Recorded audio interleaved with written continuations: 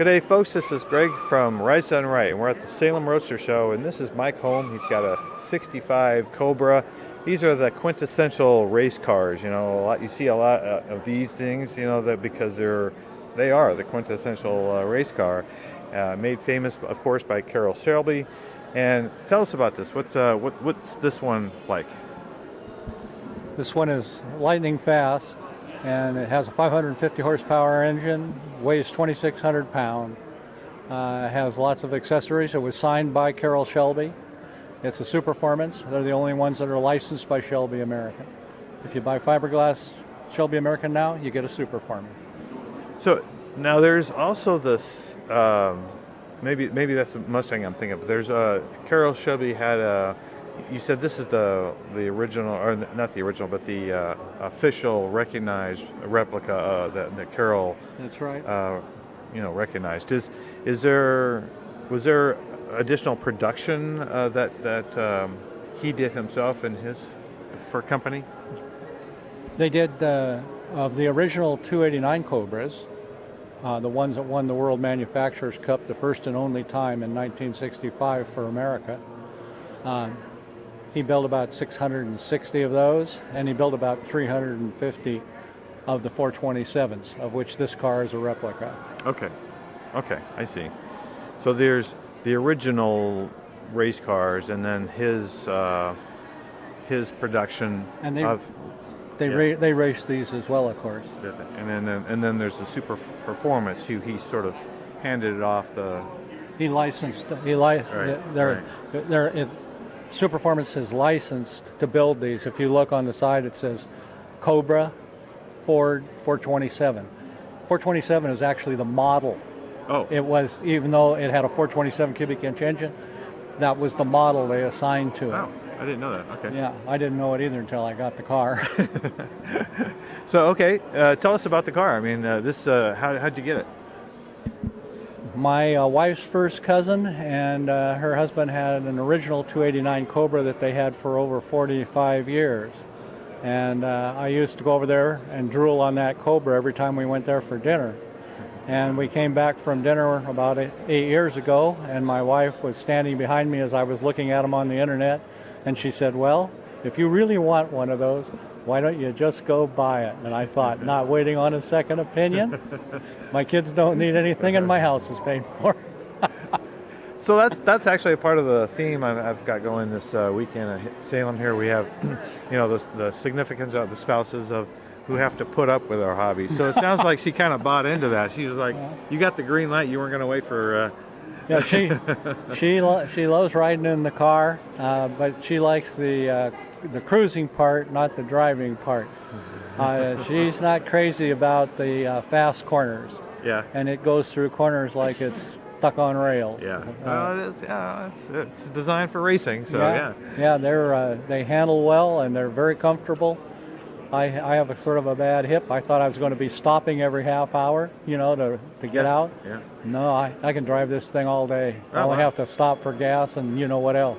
So the seats are really conforming. Yes, they are and very. They're a race car, so people had to sit in them for Le Mans. You sit in them for 24 hours. Right. Two drivers. Yeah. It's okay. So, and what makes this one kind of set apart from a lot of the other ones? Well, this has a lot of extras. The wheels, for instance, are Boyd Coddington wheels. They're only 5 sets of those. They're real knockoff wheels. They're not imitation. So just for clarification, when he says knockoff, we hear the word knockoff as somebody has replicated or produced something that looks like something else. That can be known as a knockoff. That's not what you're talking about here. Not at all. Okay. No, you hit the spinner with a lead hammer. Yeah. And it spins off, and you can take the wheel off real fast. That's what they did in racing. Yeah.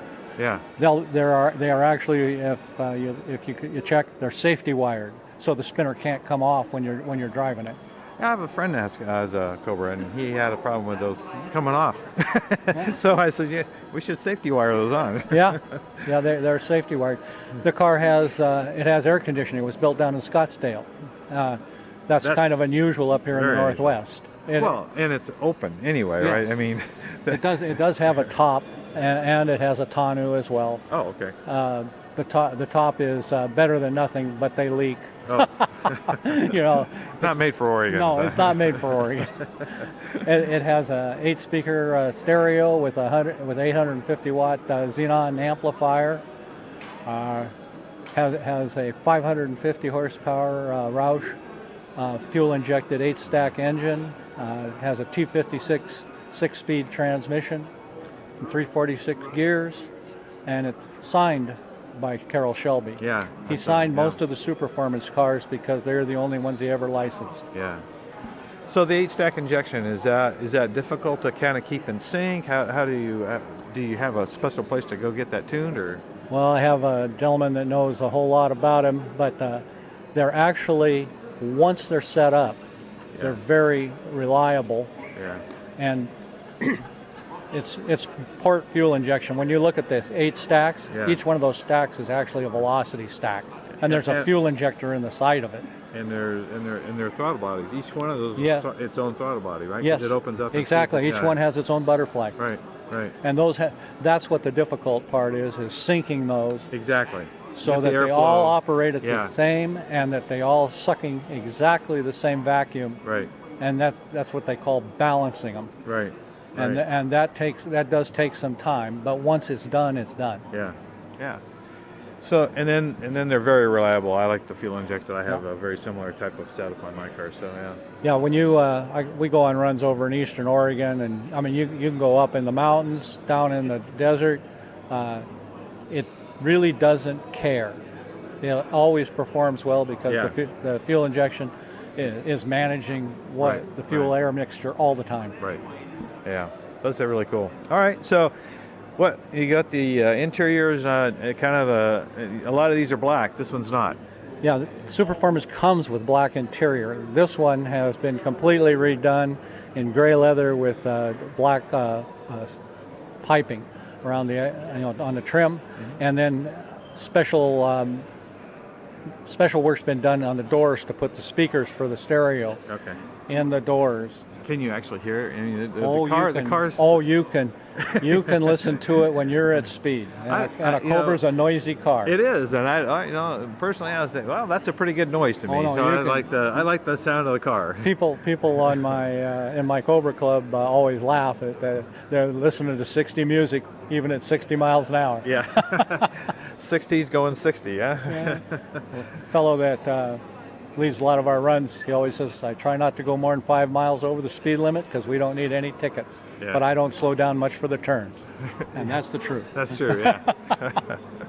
Cool. Well, this is a really nice example of what, you would think a race car. I mean, the race cars weren't this nice, obviously, but this is really a nice example. And thanks for bringing it out. Really appreciate it. Appreciate your interest in it. I always love talking about it. It's a great car. Yeah, it is. Nice to meet you. Thank you. Sir. All right. Thank you, everyone. We'll talk to you next time.